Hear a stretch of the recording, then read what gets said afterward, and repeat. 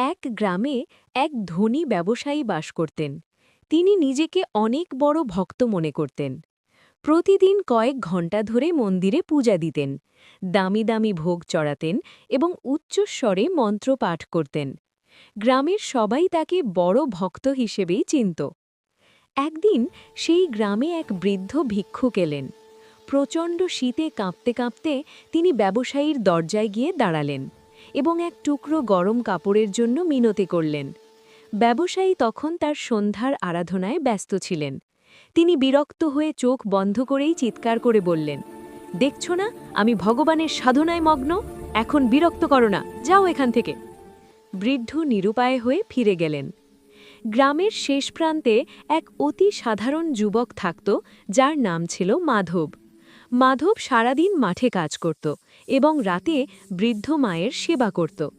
তার ঘরে আড়ম্বরপূর্ণ কোনো মন্দির ছিল না, সে ঘটা করে পূজাও করতে পারত না। পথে সেই বৃদ্ধকে কাঁপতে দেখে মাধব থমকে দাঁড়াল। সে তক্ষুনি নিজের গায়ের চাদরটি খুলে বৃদ্ধকে জড়িয়ে দিল এবং নিজের রাতের খাবারটুকু তাকে খাইয়ে দিল।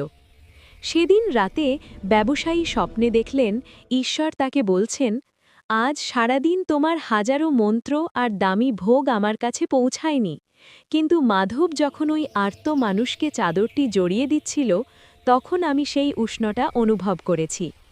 ব্যবসায়ী বুঝতে পারলেন, ভক্তি কেবল মনের ভাব বা ঠোঁটের মন্ত্র নয়, ভক্তি হল সেই আচরণ যা অন্যের দুঃখ মোচনে সচেষ্ট হয়। গল্পের মূল শিক্ষা: প্রকৃত ভক্তি মন্দিরের চার দেওয়ালে বা আচার অনুষ্ঠানের আড়ালে সীমাবদ্ধ থাকে না। যখন একজন মানুষ তার আচরণের মাধ্যমে অন্যের প্রতি দয়া, ক্ষমা এবং সেবা প্রদর্শন করে, তখনই তার হৃদয়ের ভক্তি সার্থক হয়ে ওঠে।